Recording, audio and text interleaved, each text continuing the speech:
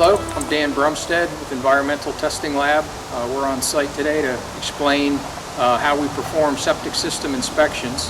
Septic systems are a major part of the infrastructure of a home, and as such we try to do as thorough a job as we can when inspecting them. Septic systems don't differ a lot in the types, but they do differ quite a bit in what you find out on the site, the way systems are installed.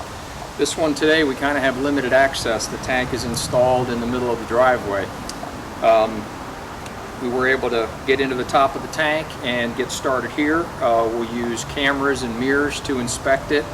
In addition to that, we'll measure the sludge levels, see if the tank needs to be pumped out, and monitor the working level throughout the inspection to make sure that the water level in the tank stays constant from beginning to end.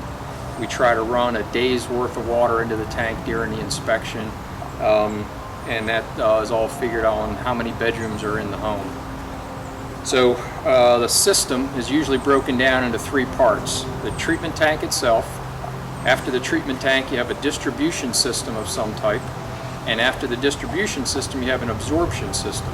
And we try to inspect and report on each individual part. So where the tank may be satisfactory, the distribution system may be unsatisfactory or need some further testing. Those are the type of conclusions that we try to come to with the whole thing. So again, on this system, treatment tank is here, and we're going to go over to the distribution system that we have opened up and look at that next. This is the distribution system. It's a 24-inch square concrete box, and it has the line coming from the tank that feeds the box, and then there's three lines that leave this box that carry the water out into the absorption system. So we dug this hole, it's about 2 feet deep, and opened the box up, and then using this camera that also has a transmitter on it, we're able to run the camera down the lines and inspect the drainage lines. And with the transmitter, it helps us actually locate the lines. In this particular job, there were no records available at the county that has an as-built drawing of the system. So fortunately, the homeowner had some information for us. It was a big help. And now that we have this opened up, and like I said, with the radio transmitter, we can inspect the lines and kind of follow them around and see where they terminate in the yard. So what we're doing is running a day's worth of water into the tank. We're monitoring the level in this box to make sure everything stays constant, making sure that the integrity of the box is sound, and the conditions in the box are good. It doesn't need to be cleaned out.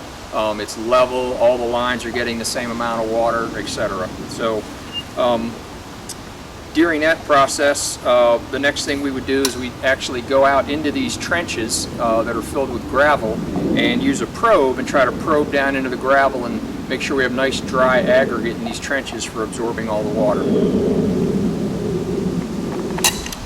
So now we're about 25 feet away from that distribution box. This is where we picked up the transmitter to find the end of this line. And we're going to take this probe and try to hammer down into the soil until we get that dry aggregate. It's about the start of it there.